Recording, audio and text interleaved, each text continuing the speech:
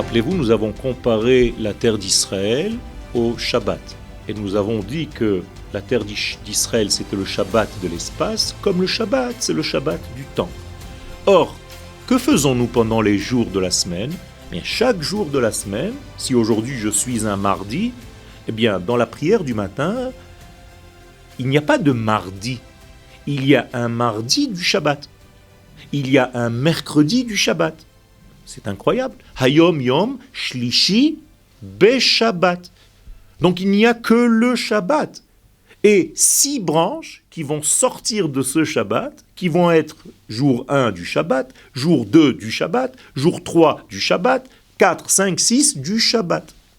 Eh bien, de la même manière que je fais cela chaque jour pour me souvenir du Shabbat au niveau du temps, nous disent les sages qu'il faut faire la même chose pour nous souvenir de la terre d'Israël au niveau des terres. Chaque jour de ma vie, je dois être aujourd'hui, je suis dans tel espace par rapport à Eretz Israël, dans tel espace par rapport à Eretz Israël. Jour 1 de Shabbat, jour 2 de Shabbat, la même chose au niveau de la terre.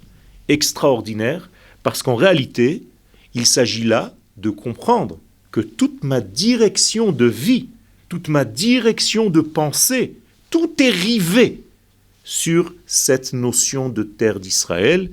Et d'ailleurs, dans le livre des rois, au chapitre 8, verset 48, il est dit clairement qu'on ne peut pas accéder à une valeur quelconque divine si ce n'est qu'en passant par la terre d'Israël. Je vous cite le verset, c'est un verset d'Akadosh Baruch Hu lui-même, puisque le prophète en réalité répète et dit ce qu'Akadosh Baruch Hu fait passer à travers lui, Vehitpalelu elecha derech artsam asher natata le'avotam.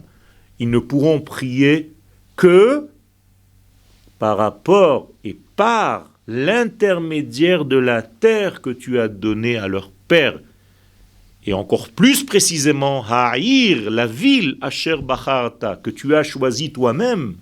Ce n'est pas nous qui avons choisi.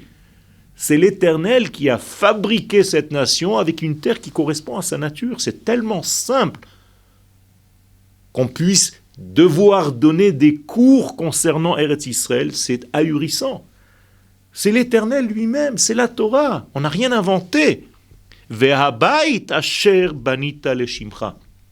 Et encore plus précisément, je demande que vos prières passent par le lieu où Akadosh Baruch Hu a décidé. Donc en réalité, nous sommes obligés d'arriver à une conclusion qu'il y a même au niveau de l'espace un passage secret.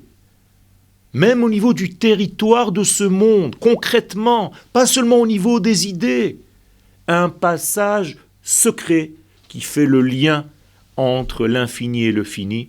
Et d'ailleurs, Yaakov Avinu l'a bien vu ce passage et il l'a dit, Veze Sha'ar Hashamayim. C'est là la porte du ciel. Moralité, les tfilotes que vous priez n'importe où dans le monde sont obligés de passer par ce lieu. Et vous, au moment de la prière, vous devez penser que vos tfilotes partent jusqu'à la terre d'Israël. Et de là, elles font le lien avec les mondes. Toda Rabba.